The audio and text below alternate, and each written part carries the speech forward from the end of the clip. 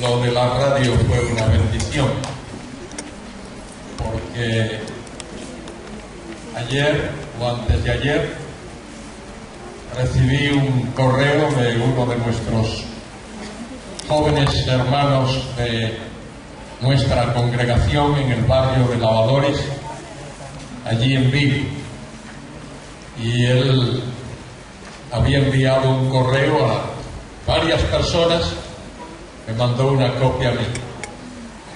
El correo decía algo así: navegando por internet hace un tiempo atrás me encontré con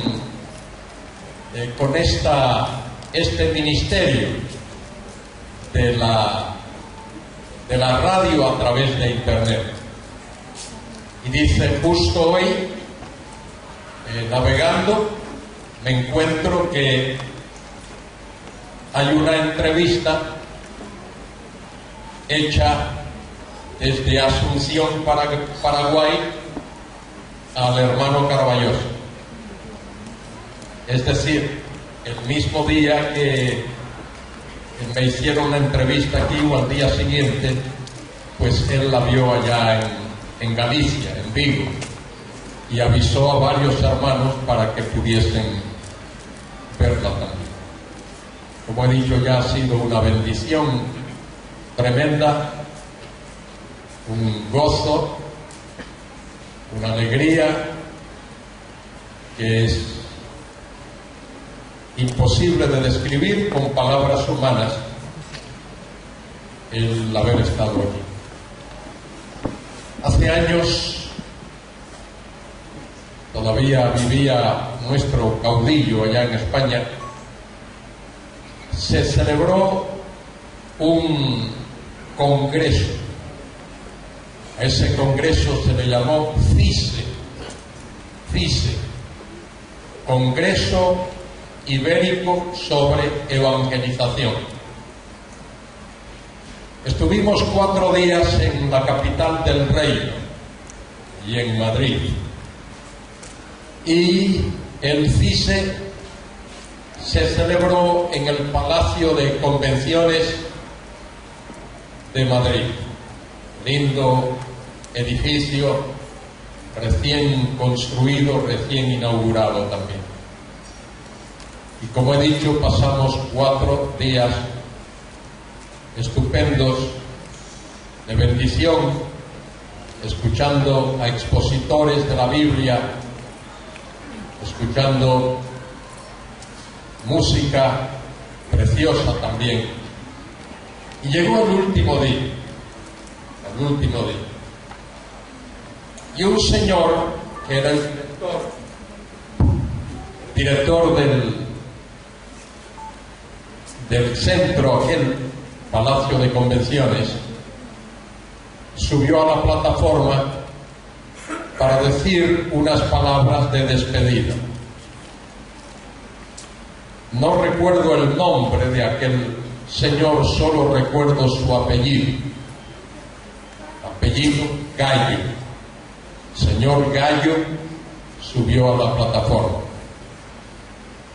y dijo algunas palabras muy lindas respecto del comportamiento de los cristianos evangélicos a quienes él no conocía. Él no sabía quiénes éramos los cristianos evangélicos, como ocurre en muchos países del mundo. Allá en España se nos conoce como protestantes.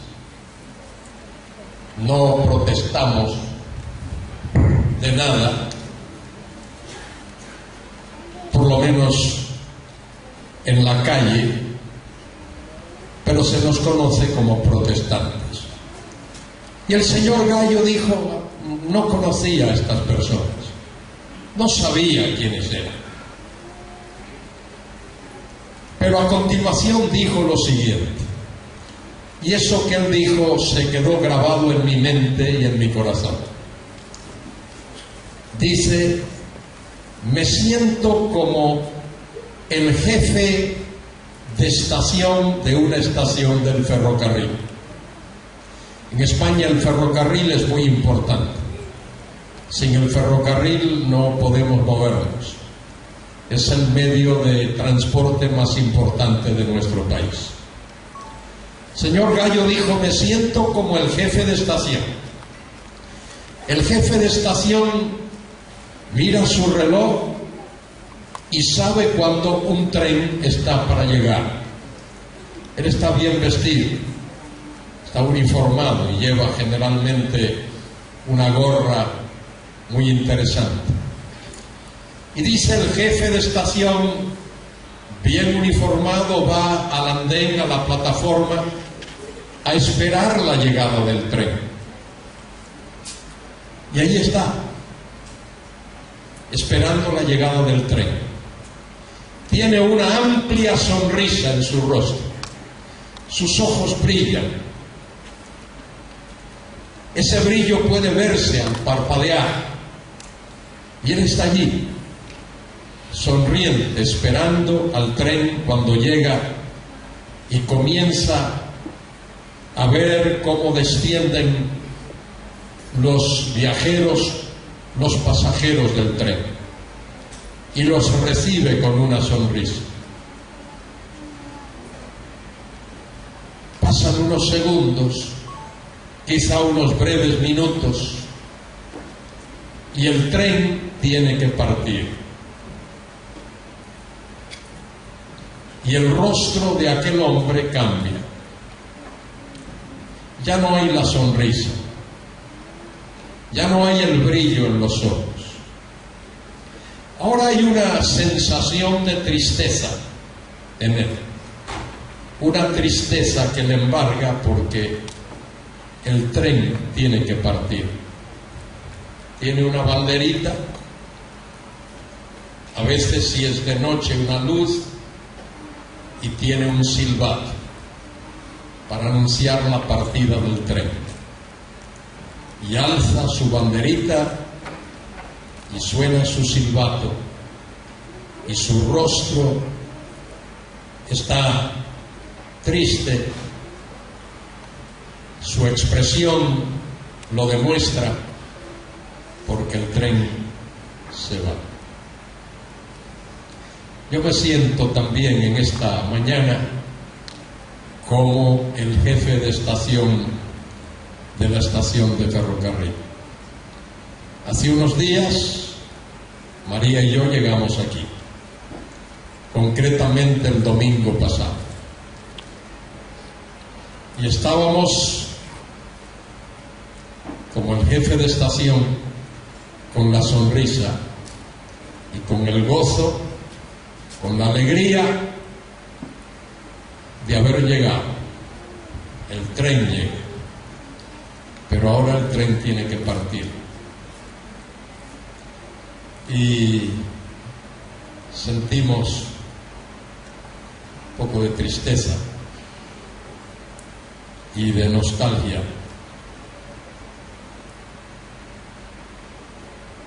Y de esa sensación y de ese sentimiento que embarga a uno cuando tiene que hacer lo que hace el jefe de estación: alzar la banderita y decirle al tren: hasta luego, hasta otra. Y nos despedimos de vosotros con ese sentimiento, con esa sensación, con ese sentir. Pero también es un sentir de gratitud a Dios por haber podido conoceros, por haber podido saludaros, un estrechón de manos, a veces un abrazo, unas palabras de cariño. Y al marcharnos nos llevamos una preocupación.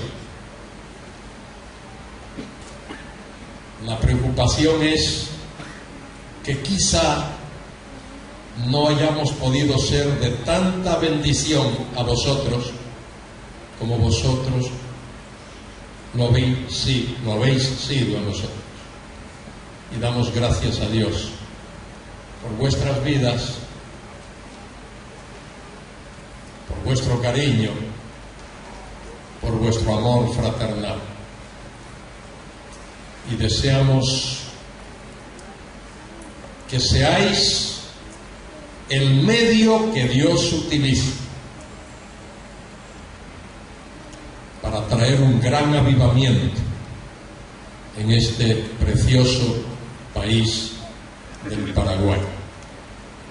Que de verdad haya muchos, miles, quizá millones de paraguayos que pronto conozcan que Jesucristo es la única esperanza, que no hay otro, Él es único.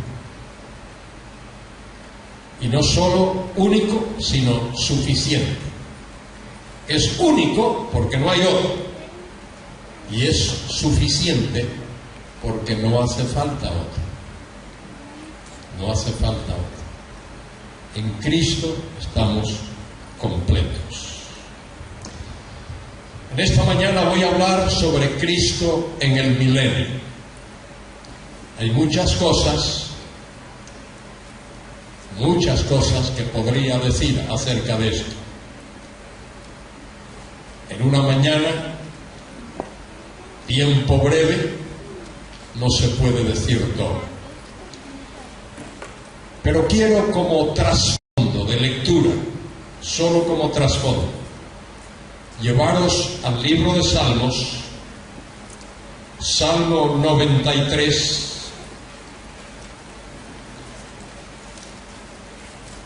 los dos primeros versículos del Salmo 93, dice allí: Jehová reina. En el hebreo no existe lo que existe en castellano. En castellano los verbos tienen pasado, presente y futuro. En el hebreo no hay eso. En el hebreo hay aspectos del verbo. Hay la forma perfecta y la forma imperfecta.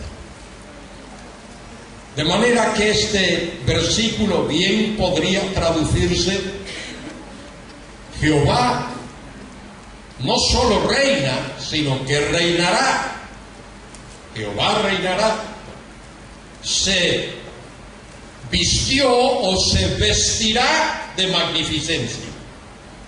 Jehová se vestirá, se ceñirá de poder, afirmará también al mundo y no se moverá. Firme es tu trono desde entonces, tú eres eternamente. Y luego también en el libro de Salmos, el Salmo 99, que dice algo parecido. Dice: Jehová reina o reinará, temblarán los pueblos, Él está sentado sobre los querubines, se conmoverá la tierra. Jehová en Sión es grande y exaltado sobre todos los pueblos. Alaben tu nombre, grande y temible. Él es santo. Qué tremenda declaración. Él es santo. Brevemente debo decir que la enseñanza bíblica acerca del reino abarca por lo menos tres aspectos. El primero de ellos es el que tiene que ver con el reino eterno de Dios. Dios es Rey eternamente y para siempre. Él gobierna, Él controla todo el universo, toda su creación. Él es Rey eternamente y para siempre. Ángeles y arcángeles, querubines y serafines tienen que humillarse delante de él. Incluso Satanás, Lucifer y sus demonios tienen que estar bajo el control de Dios.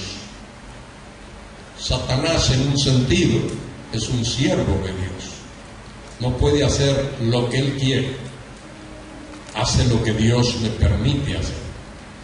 De manera que hay un aspecto del reino que tiene que ver con el reino eterno de Dios. Ese reino ha existido siempre. Abarca todos los sitios, todos los lugares, todas las situaciones, desde siempre, de eternidad a eternidad. Ese es un aspecto del reino. Hay otro aspecto, otro segundo aspecto, que es el reino teocrático. Es el reino del cual leemos en el Antiguo Testamento. Es el reino que Dios ha permitido.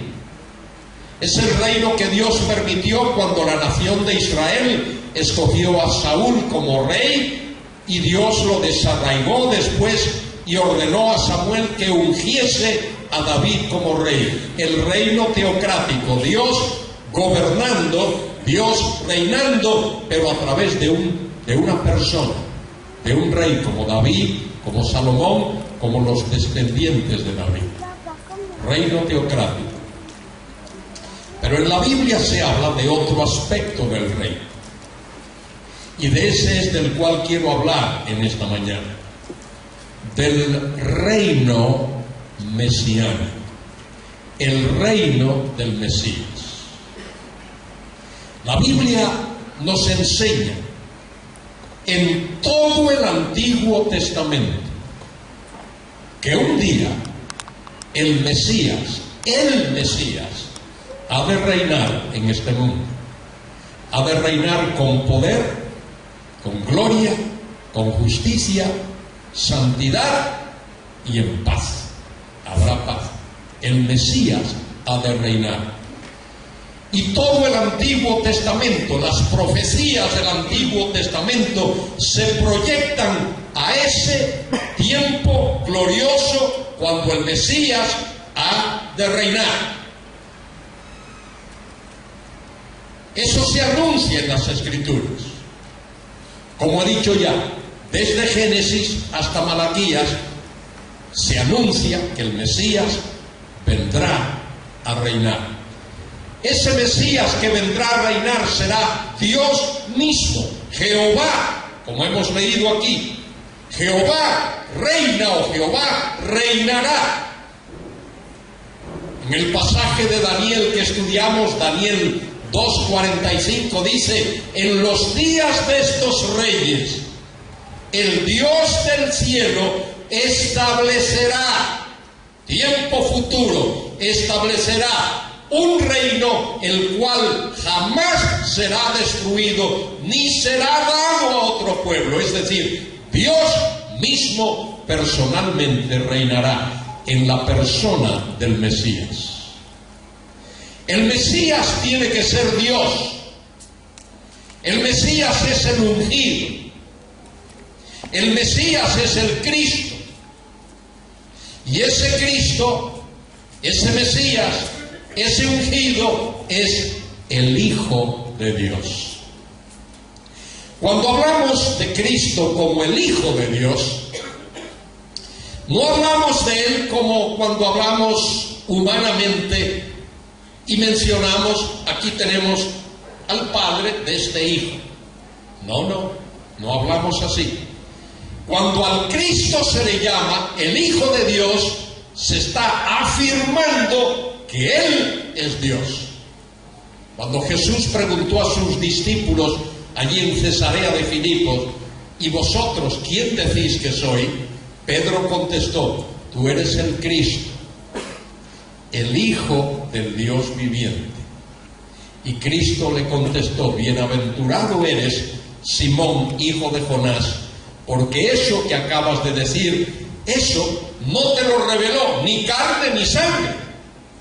Es decir, eso no lo aprendiste a través de hombres, sino mi Padre que está en los cielos.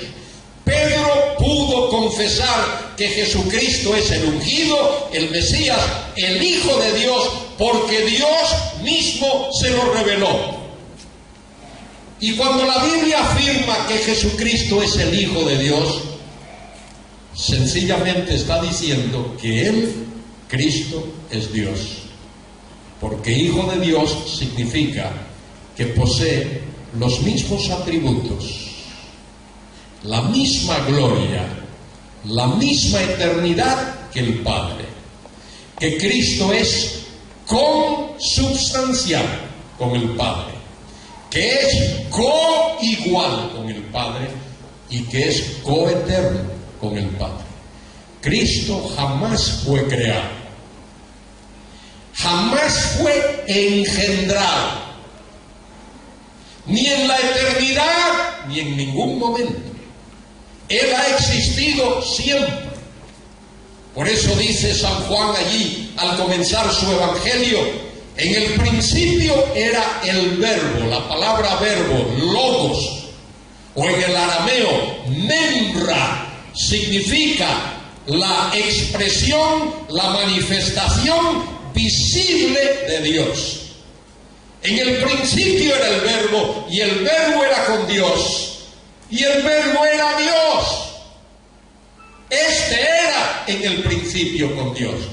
Todas las cosas por Él fueron hechas, y sin Él nada de lo que ha sido hecho fue hecho. Entre paréntesis, una Biblia que ha salido recientemente ha cometido un gravísimo error de traducción. Gravísimo. Cuando digo gravísimo, quiero decir eso. Ha traducido ese versículo de Juan 1:1. Es una Biblia evangélica, pero los traductores tropezaron ahí, han cometido un gravísimo error. Han traducido ese versículo: en el principio era el verbo, y el verbo era con Dios, y Dios era el verbo. Eso es erróneo. Si uno dice y Dios era el verbo, está eliminando la doctrina de la Trinidad. Está diciendo que el verbo, que Dios consiste solo del verbo. Y eso anula la doctrina de la Trinidad. Dios no es solo el verbo. Dios es el Padre, y es el Hijo, el verbo, y es el Espíritu Santo. De manera que cuando Pedro dijo: tú eres el Cristo, el Hijo del Dios viviente, está afirmando la deidad de Cristo. Y ese Cristo, ese Mesías, ese ungido, ese que es Jehová mismo, ese ha de venir a este mundo. Y todo el Antiguo Testamento habla de eso. Y Él vendrá, como he dicho ya, a reinar en este mundo. El Evangelio según San Juan, capítulo 20, versículos 30 y 31, dice algo así: muchas otras cosas, o muchas otras señales, hizo Jesús en presencia de sus discípulos, que no están escritas en este libro. Y añade Juan, versículo 31: pero estas han sido escritas para que creáis que Jesús es el Cristo, el Hijo de Dios. El Cristo, el Hijo de Dios. El Cristo tiene que ser Dios. Hijo de Dios significa que Él es Dios. Para que creáis que Jesús es el Cristo, el Hijo de Dios, y para que creyendo tengáis vida en su nombre. Él es Dios, y ese Dios va a venir visiblemente, va a venir personalmente, y va a venir a reinar.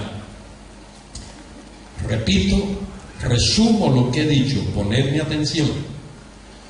Todo el Antiguo Testamento, desde Génesis hasta Malaquías, enseña que en este mundo, en esta tierra en la cual vivimos, habrá un reino, disculpad la redundancia, terrenal, en el cual el Mesías ha de reinar. Porque el propósito de Dios desde el principio, su plan, es manifestar su reino, su autoridad, dentro del tiempo, dentro de la historia, en medio de los hombres. Ese es el propósito de Dios. Y Dios va a cumplir ese propósito. Dios va a cumplir ese propósito. Hay un libro de la Biblia que vosotros seguramente conocéis y habéis leído, el libro del Apocalipsis. Si podéis ver desde ahí, desde donde estáis, abridlo en el capítulo 20. En el capítulo 20 del Apocalipsis.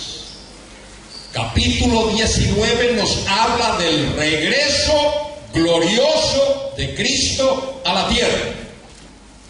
Su segunda venida. La segunda venida gloriosa de Cristo. Esa segunda venida será visible. Lo dice la Biblia. Apocalipsis 1:7. Todo ojo le verá y los que le traspasaron. De manera que esa venida será visible.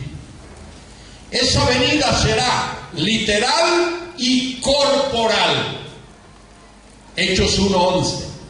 Este mismo Jesús que ha sido tomado de vosotros al cielo, así vendrá como le habéis visto ir al cielo.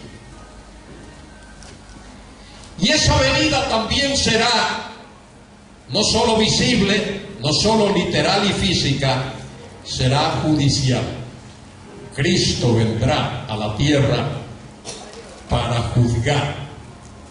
Él vino ya una vez para salvar, la segunda vez vendrá para juzgar. Y en el capítulo 20 del Apocalipsis dice, leo, vi a un ángel, en realidad ahí falta una conjunción en nuestras Biblias, y vi a un ángel que descendía del cielo, con la llave del abismo, y una gran cadena en la mano, y prendió al dragón, la serpiente antigua, que es el diablo, y Satanás, y lo ató por 1000 años. Ahí hay lenguaje metafórico. Ahí hay figuras de dicción. Pero las figuras de dicción son importantes. Las figuras de dicción nos ayudan a comprender cosas. Las figuras de dicción nos ayudan a comprender de una manera concreta aquello que de otra manera resultaría muy abstracto. Aquí se habla de un ángel que desciende del cielo y tiene la llave del abismo. Ahí en el abismo es donde Satanás ha tenido su guarida, es donde ha tenido su cuartel general, con la llave del abismo y una gran cadena en la mano. Eso habla del hecho, oídme, de que el reino del Mesías en la tierra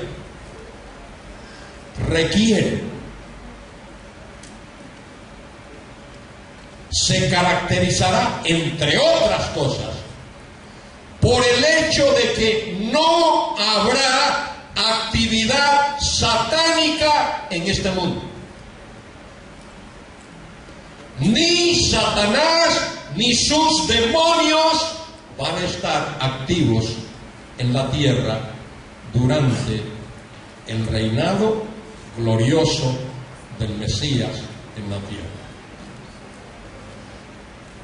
Repito, una de las características importantísimas del reinado terrenal del Mesías es que Satanás no estará activo, ni sus demonios. En otras palabras, no habrá tentaciones del exterior, no habrá tentaciones de afuera. Satanás va a estar neutralizado. Dice el texto, versículo 2, que ese ángel prendió al dragón. El dragón es una figura de Satanás. No es que Satanás se parezca a un dragón, todo lo contrario. Satanás es un ser bellísimo. Es un ángel que Dios creó, bellísimo. La palabra dragón no habla de su apariencia física, habla de su carácter. Intimida, temerario. Y prendió al dragón, la serpiente antigua. Y está describiendo a ese personaje. La serpiente antigua habla de lo que pasó en el huerto del Edén, que es el diablo. El diablo significa calumniador, diabolos. Y Satanás significa adversario, el que se opone, el que sataniza. Y observad, y lo ató por 1000 años. 1000 años. Será neutralizado, atado. Esos son los 1000 años que ha de durar el reinado terrenal del Mesías. Y lo arrojó al abismo, y lo encerró y puso su sello sobre él, enfatizando el hecho de que estará totalmente inactivado, neutralizado, para que no engañase más a las naciones. Observen eso. Una de las actividades más prominentes de Satanás es engañar a las naciones, es decir, a los ciudadanos de las naciones. Engañar. Él es el engañador. Dice la Escritura en San Juan 8 que Él es el padre de las mentiras. Él es el engañador. Para que no engañase más a las naciones. Él engaña a las personas, diciéndoles que lo malo es bueno y lo bueno es malo. Él engaña a las naciones porque entenebrece la mente y el corazón de las personas. Él engaña a las personas diciéndole, déjalo para mañana. No creas en Dios ahora. No creas en Cristo ahora. Mañana tendrás tiempo. Engaña a las naciones. Es el engañador. Enseña a los jóvenes y los engaña diciéndoles, usa la droga. Ponga un poquito de ácido en tus venas, como cantaron los Beatles hace muchos años. Haz eso. Pásalo bien, diviértete. O como aquel hombre rico de la parábola de la que habló el Señor. Alma mía, muchos bienes tienes almacenados para muchos años. Come, huélgate, regocíjate. Y dice el Señor, no sabes que esta noche vienen a buscar tu alma y lo que has almacenado para quién será. Engaña a las naciones hasta que fuesen cumplidos los 1000 años y después debe ser soltado por un poco de tiempo. Observe cuántas veces ahí se menciona la expresión 1000 años. En el griego chiliaspos, 1000 años. 1000 años. La Biblia enfatiza una y otra vez aquí en Apocalipsis 20 que el Señor Jesucristo reinará en la tierra por 1000 años. Dice el texto, y vi tronos, y se sentaron sobre ellos los que recibieron facultad de juzgar. Eso posiblemente tiene que ver con los mártires de la gran tribulación que han resucitado. Y vi las almas de los decapitados por causa del testimonio de Jesús y por la palabra de Dios, los que no habían adorado a la bestia ni a su imagen, y que no recibieron la marca en sus frentes ni en sus manos, y vivieron y reinaron con Cristo 1000 años, otra vez se menciona, pero los otros muertos no volverán a vivir hasta que se cumplieron 1000 años. Esta es la primera resurrección. Primera resurrección tiene que ver con clase de resurrección. Primera resurrección es resurrección para vida, resurrección para la gloria eterna. La resurrección de Cristo, primera resurrección.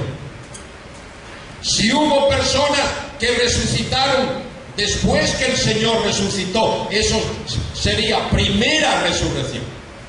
La resurrección de la iglesia, primera los Tesalonicenses 4, primera resurrección.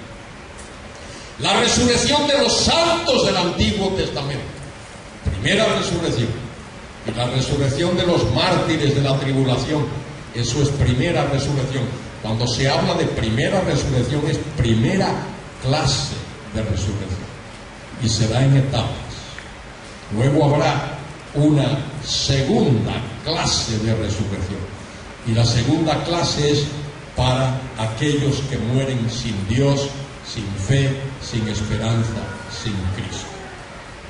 Debo añadir algo importante respecto de esto que he dicho.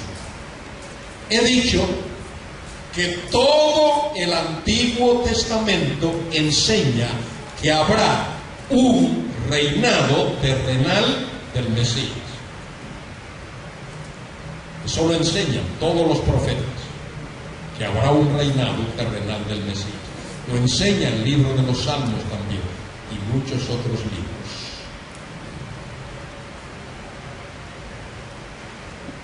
Cuando llegamos al Apocalipsis, nos topamos con un libro, lo he dicho hace unos momentos, en el que hay muchas figuras de dicción. A Satanás se le llama el dragón, al anticristo se le llama la bestia. Los juicios de Dios están contenidos en un rollo sellado con 7 sellos. Se habla de juicios de trompetas y se habla de juicios de copas. Se usan muchas figuras de dicción en el Antiguo Testamento. En el libro del Apocalipsis. El Antiguo Testamento también, pero en el libro del Apocalipsis. Entonces hay personas, algunos de ellos muy estudiosos de la Biblia, que han negado que el Señor Jesucristo vaya a reinar en la tierra por 1000 años. Esas personas dicen que ya estamos en el reino, que ahora mismo estamos en el reino, que la iglesia es el reino. Pero qué raro, ¿eh? Cuando en la Biblia se habla del reino, se habla de paz y de gozo y de bendición, de justicia. Y no vemos que eso exista en el mundo. Es más, esas personas que dicen que ahora mismo estamos en el reino, algunos de ellos son mis amigos y me invitan a sus casas a hablar. Y yo veo que en las puertas de la entrada a su casa tienen varios cerrojos, tienen bien guardaditas, porque tienen miedo que los cacos, no sé cómo le llamarán aquí, los ladrones, entren y les roben. En el milenio, en el reino, no habrá eso, no habrá eso, habrá paz. Y también, como he dicho hace un instante, el reino, el milenio, se caracteriza porque habrá paz en el mundo. No habrá más guerras. Y si hay algo de lo cual hemos oído, quizá por las últimas 2 generaciones, es guerras. Hubo una primera guerra mundial del 1914 al 18. Hubo una Segunda Guerra Mundial desde el 1939 al 45.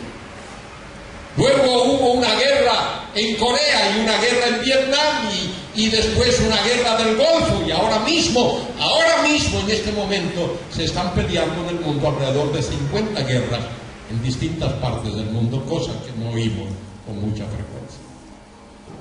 No hay paz en el mundo, no hay justicia en el mundo, no hay santidad en el mundo, la gloria de Dios no es vista en el mundo.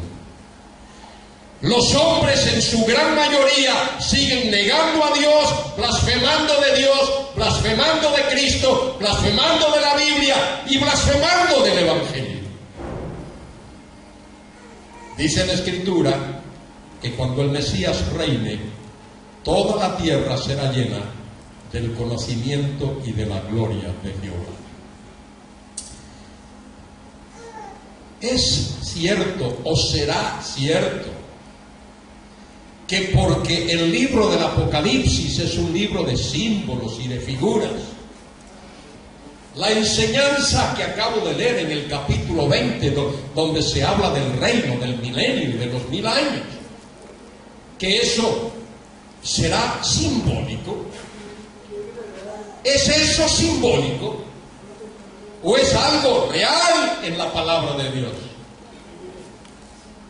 Esto es lo que voy a sugerir a aquellos serios estudiosos de la Biblia que están aquí. Todo el Antiguo Testamento, de Génesis a Malaquías, enseña que habrá un reinado terrenal glorioso del Mesías. El libro del Apocalipsis, capítulo 20, añade una cosa a esa enseñanza. Añade que ese reino glorioso del Mesías va a durar 1000 años en la tierra. 1000 años literales. 1000 años exactamente iguales a cuando alguien te pregunta ¿cuántos años tienes? ¿O en qué año estamos?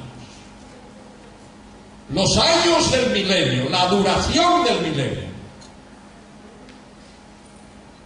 será de 1000 años literales. ¿Por qué habrá un milenio? ¿Por qué tiene que haber un milenio? Porque Dios hizo ciertas promesas a los patriarcas, a Abraham, a Isaac, a Jacob y a David. Y esas promesas no se han cumplido todavía.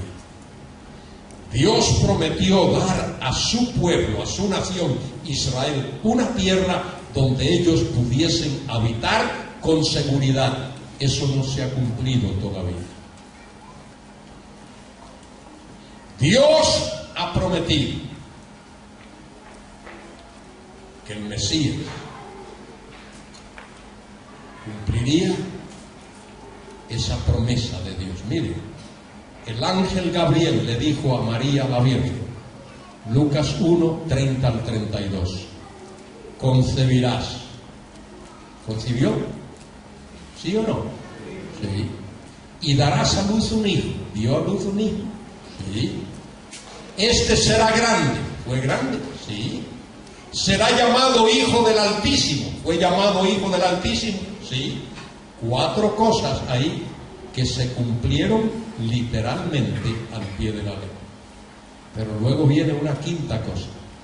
Y el Señor Dios le dará el trono de David su padre. Pregunto, ¿ha reinado Jesucristo alguna vez sentado en el trono de David? No, todavía no.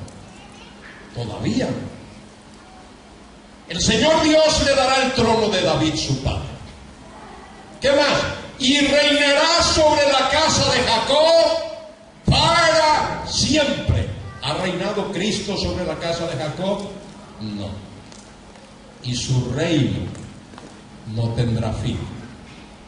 Lo que ocurre es que algunos que quieren negar que el Mesías va a reinar en la tierra, alegorizan. Es decir, Le dan una vuelta y le dan otro sentido a la Biblia. Y dicen que la casa de Jacob es la iglesia y que Cristo está reinando en la iglesia. Ahora, eso ni siquiera podría demostrarse. ¿En cuál iglesia está reinando Cristo? ¿En qué congregación está reinando Cristo?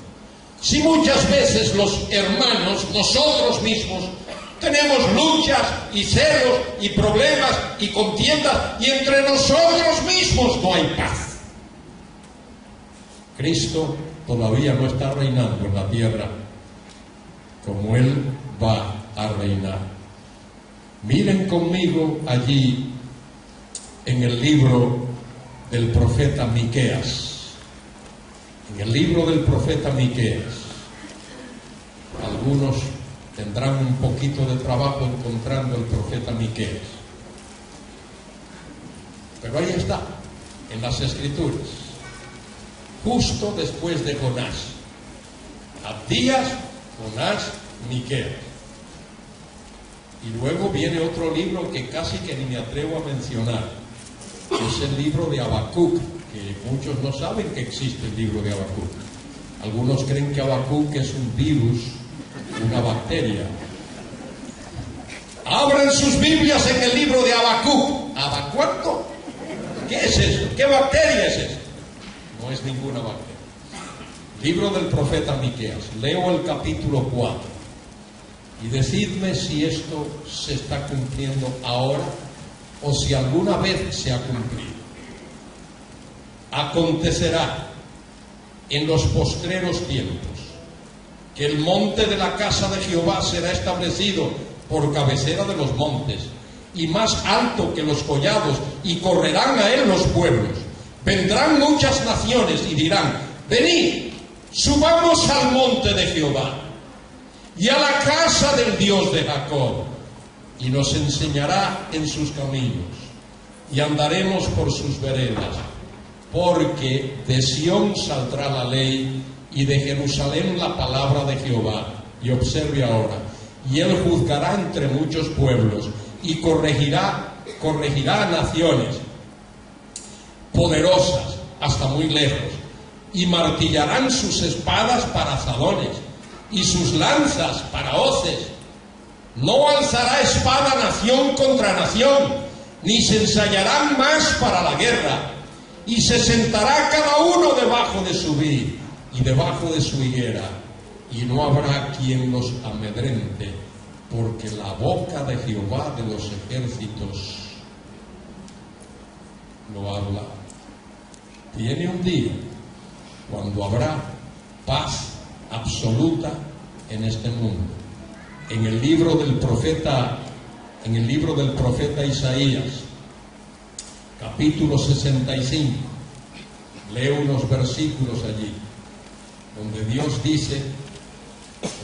dice en ese capítulo 65, leo versículo 17: porque aquí yo crearé nuevos cielos y nueva tierra. Y eso no está hablando de lo que Dios va a hacer al final de todo, está hablando del reino, del milenio. Y de lo primero no habrá memoria, ni más vendrá al pensamiento. Mas os gozaréis y os alegraréis para siempre en las cosas que yo he creado. Porque aquí que yo traigo a Jerusalén alegría y a su pueblo gozo. Y me alegraré con Jerusalén y me gozaré con mi pueblo. Y nunca más se oirá en ella voz de lloro ni de clamor. No habrá más allí niño que muera de pocos días, ni viejo que sus días no cumpla, porque el niño morirá de 100 años. Mire, cuando el reino se ha implantado, una persona de 100 años será como un niño, y el pecador de 100 años será maldito. Y el niño que llegue a 100 años y no se haya convertido, el Señor lo mata ahí mismo. Edificarán casas, mire bien, esto es en el milenio, el reino terrenal. Edificarán casas y morarán en ellas, plantarán viñas y comerán del fruto de ellas. No edificarán para que otro habite, ni plantarán para que otro coma, porque según los días de los árboles serán los días de mi pueblo, y mis escogidos disfrutarán la obra de sus manos. No trabajarán en vano, ni darán a luz para maldición, porque son linaje de los benditos de Jehová y sus descendientes con ellos. Y antes que clamen, responderé yo, mientras aún hablan, yo habré oído. Observe esto ahora: el lobo y el cordero serán apacentados juntos. Poned ahora un lobo junto a un cordero, a ver qué pasa. Y el león comerá paja con el buey. Poned a un león y a un buey juntos ahora, a ver qué pasa. Y observe que el león va a comer paja, no va a ser carnívoro durante el milenio. Y el polvo será el alimento de la serpiente. No afligirán ni harán mal en todo mi santo monte, dijo Jehová. Y ese Jehová es el Mesías, ese Jehová es Jesucristo, el Rey de Reyes y el Señor de Señores, que viene con poder y gloria a reinar. Quiero concluir esta mañana llevándoos brevemente, muy brevemente, al capítulo 21 del libro del Apocalipsis, porque después de ese reinado glorioso del Mesías, después de ese reinado glorioso de 1000 años, viene la eternidad, donde todos los redimidos del Señor estaremos en la casa del Padre. Añado, antes de mirar al capítulo 21 del Apocalipsis, que para que el Mesías reine en la tierra, para que Él pueda reinar, una de las cosas que Dios va a hacer será destruir Babilonia. Babilonia no es la Iglesia Católica. Babilonia es Babilonia, esa ciudad junto al Éufrates y ese país junto al Éufrates, que en los postreros tiempos va a ser reavivado, reactivado, y va a tener una tremenda influencia política, social, comercial y religiosa en el mundo, y Dios la va a destruir, porque Babilonia ha sido la madre de la idolatría. Allí nació la idolatría desde que Nimrod la fundó, Génesis 10:9. Y ha esparcido su idolatría y su influencia en el mundo, pero Dios la va a destruir. Cristo la va a destruir, porque Él es Rey de Reyes y Señor de Señores. Capítulo 21 del Apocalipsis dice: vi un cielo nuevo y una tierra nueva, porque el primer cielo y la primera tierra pasaron, y el mar ya no existía más. En la nueva tierra no va a haber mar, no va a hacer falta. Miren lo que dice Dios. Dice Juan: vi un cielo nuevo y una tierra nueva. La Biblia comienza: en el principio creó Dios los cielos y la tierra. Ese Bereshit bara Elohim Hashmaim Veid Haaretz. En el principio creó Dios los cielos y la tierra. Pero ese cielo que Dios creó en el principio y esa tierra que Dios creó en el principio han sido contaminadas por el pecado. Y Dios va a crear nuevos cielos. Y Dios va a crear una nueva tierra. Y dice el texto, versículo 2: y yo, Juan, vi la santa ciudad, la nueva Jerusalén, descender del cielo, es decir, de Dios, dispuesta como una esposa ataviada para su marido. Y oí una gran voz del cielo que decía: he aquí el tabernáculo de Dios con los hombres, y Él morará con ellos, y ellos serán su pueblo, y Dios mismo estará con ellos como su Dios. Y mire qué vocabulario. Enjugará Dios, dice en nuestra Reina Valera, toda lágrima. En el texto original dice cada lágrima. Como si Dios lo fuese a hacer lágrima por lágrima, una a una. Enjugará Dios cada lágrima de los ojos de ellos. Y ya no habrá muerte, ni habrá más llanto, ni clamor, ni dolor, porque las primeras cosas pasaron. Y el que estaba sentado en el trono dijo: he aquí yo hago nuevas todas las cosas. Y me dijo: escribe, porque estas palabras son fieles y verdaderas. Y me dijo: hecho está. Oiga, si lo acaba de decir, acaba de decir: he aquí yo hago nuevas todas las cosas. Y lo acaba de decir, y hecho está. Instantáneamente, sobrenaturalmente, milagrosamente, como hace Dios sus cosas, hecho está. Yo soy el alfa y la omega, el principio y el fin. Al que tuviere sed, yo le daré gratuitamente de la fuente del agua de vida. Mire qué invitación. Un libro que habla de tantos juicios, de tantas catástrofes, de tantas guerras y tantos problemas. Mire qué invitación expresa aquí. Al que tuviere sed, yo le daré gratuitamente de la fuente del agua de la vida. Lo mismo en el capítulo 22, versículo 17. Mire cómo termina el Apocalipsis. Y el espíritu y la esposa dicen: ven. Y el que oye diga: ven. Y el que tiene sed, venga. Y el que quiera, tome del agua de la vida gratuitamente. El que se pierde, quiere perderse. Que no le eche la culpa a Dios. El que va al infierno es porque ha querido ir al infierno. Que no le eche la culpa a Dios. Nadie que esté en el infierno podrá levantarse, alzar su índice y acusar a Dios y decirle: Dios, a mí me hubiese gustado estar allá, pero tú no me dejaste. Por eso estoy aquí. Nadie podrá decir eso.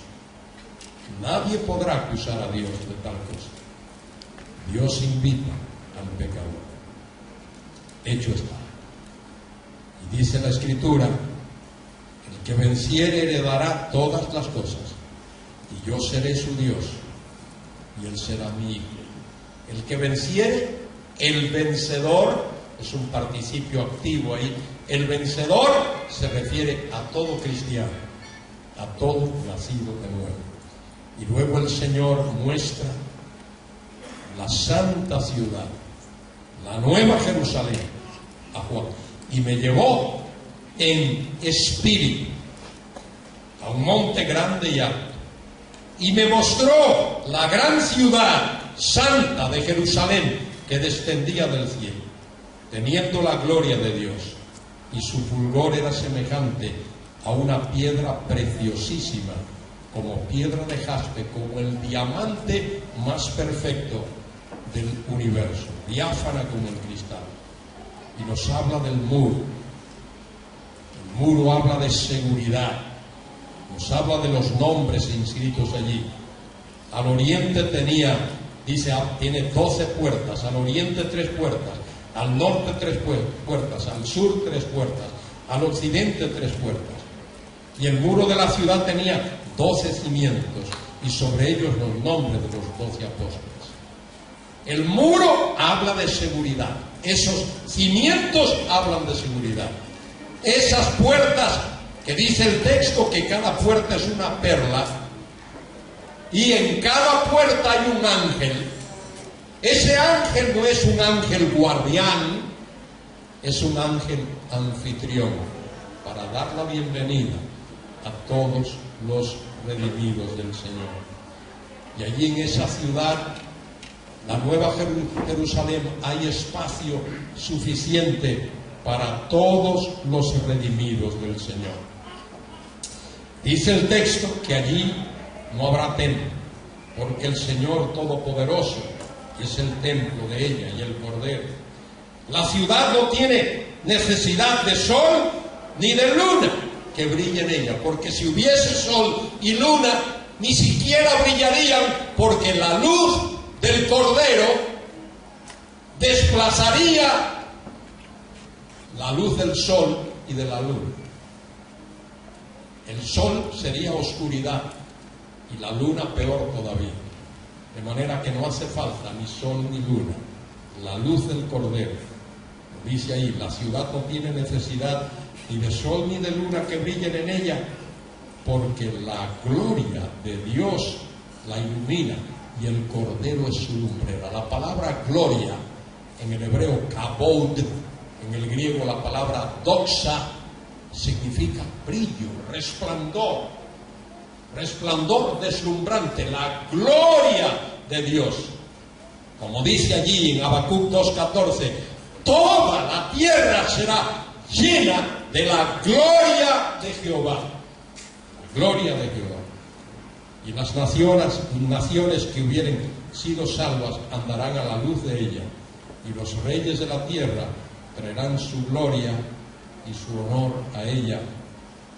Sus puertas nunca serán cerradas de día, pues allí no habrá noche. Llevarán la gloria y la honra de las naciones a ella. No estará en ella ninguna cosa inmunda o que haga abominación y mentira, sino solamente los que están inscritos en el libro de la vida del Cordero. ¿Quiénes habitarán la nueva Jerusalén? Todos aquellos cuyos nombres estén inscritos en el libro de la vida del Cordero.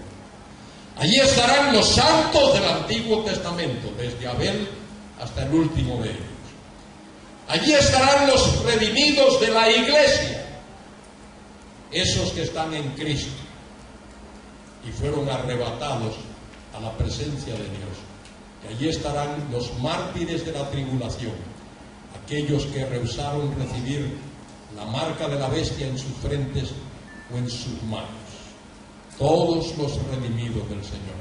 Y allí estará Dios el Padre, allí estará el Espíritu Santo, allí estarán los santos ángeles, y será glorioso. Será glorioso.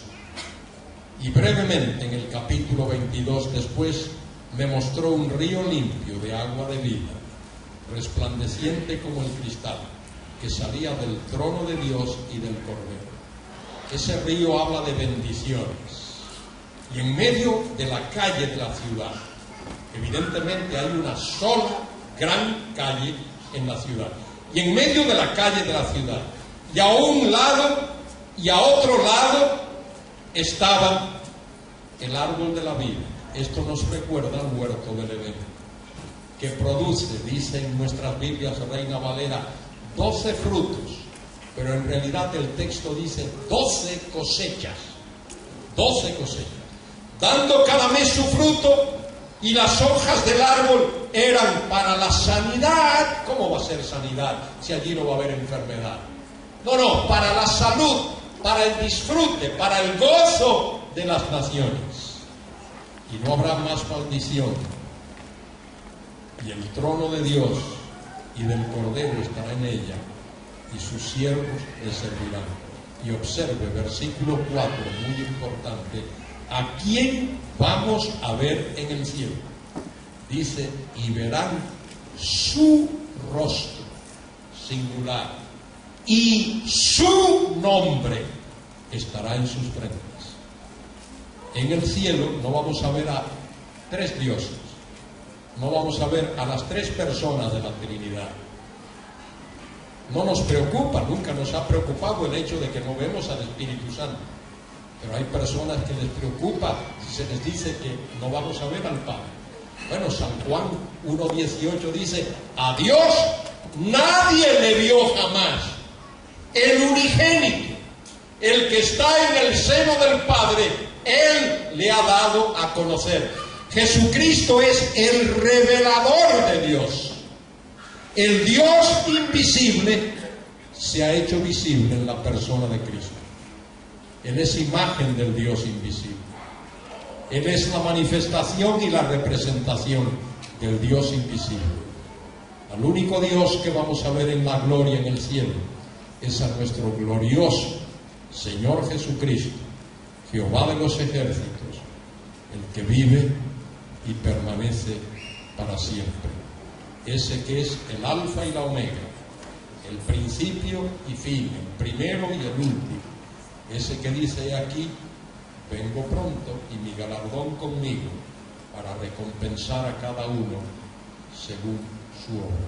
Vengo pronto no es que viene ya, sino que cuando los acontecimientos de su venida comiencen, se van a suceder uno detrás del otro, a gran velocidad. En ese sentido, será pronto. Cristo en el milenio. Cristo como el Rey de Reyes y Señor de Señores. En el milenio vamos a ver la gloria de la perfecta humanidad de Cristo. Lo vamos a ver como la raíz de David, el vástago de David, el que se ha de sentar en el trono de David. Y vamos a ver al Rey justo y misericordioso. Vamos a ver al Rey en su gloria, la gloria de su perfecta humanidad, pero también lo vamos a ver en la gloria de su absoluta deidad, como el Pantocrator, el Todopoderoso, ese que tiene todos los atributos de Dios. Y lo maravilloso es que ese Dios vino a este mundo, asumió, llevó sobre sí la carga, la deuda de nuestro pecado y literalmente murió en la cruz, dio su vida y fue sepultado, y al tercer día resucitó de los muertos conforme a las Escrituras y ascendió a los cielos y aguarda el día cuando ha de venir con poder, con gloria y con majestad para reinar en esta tierra. Él la va a rejuvenecer. Mateo 19:28 dice que en la palingenesía, en la regeneración, el Señor va a rejuvenecer esta tierra. Isaías 35 dice que el desierto florecerá como la rosa. Los lugares secos van a ser manaderos, manantiales de agua. Y esta tierra va a ser preparada para que el Mesías reine, como Él ha prometido hacer. Él vendrá. Y la pregunta para ti es si estás preparado para ese día. Dice la Escritura que si confesares con tu boca que Jesús es el Señor y creyeres en tu corazón que Dios lo levantó de los muertos, serás salvo. Porque con el corazón se cree para justicia y con la boca se confiesa para salvación. Quiera Dios que haya aquí en esta mañana alguna persona que, si aún no tiene a Cristo en su vida, ahora mismo le pueda decir: Señor, perdóname, sálvame, recíbeme, dame el regalo de la salvación. Que Dios nos bendiga y nos colme de su gracia infinita.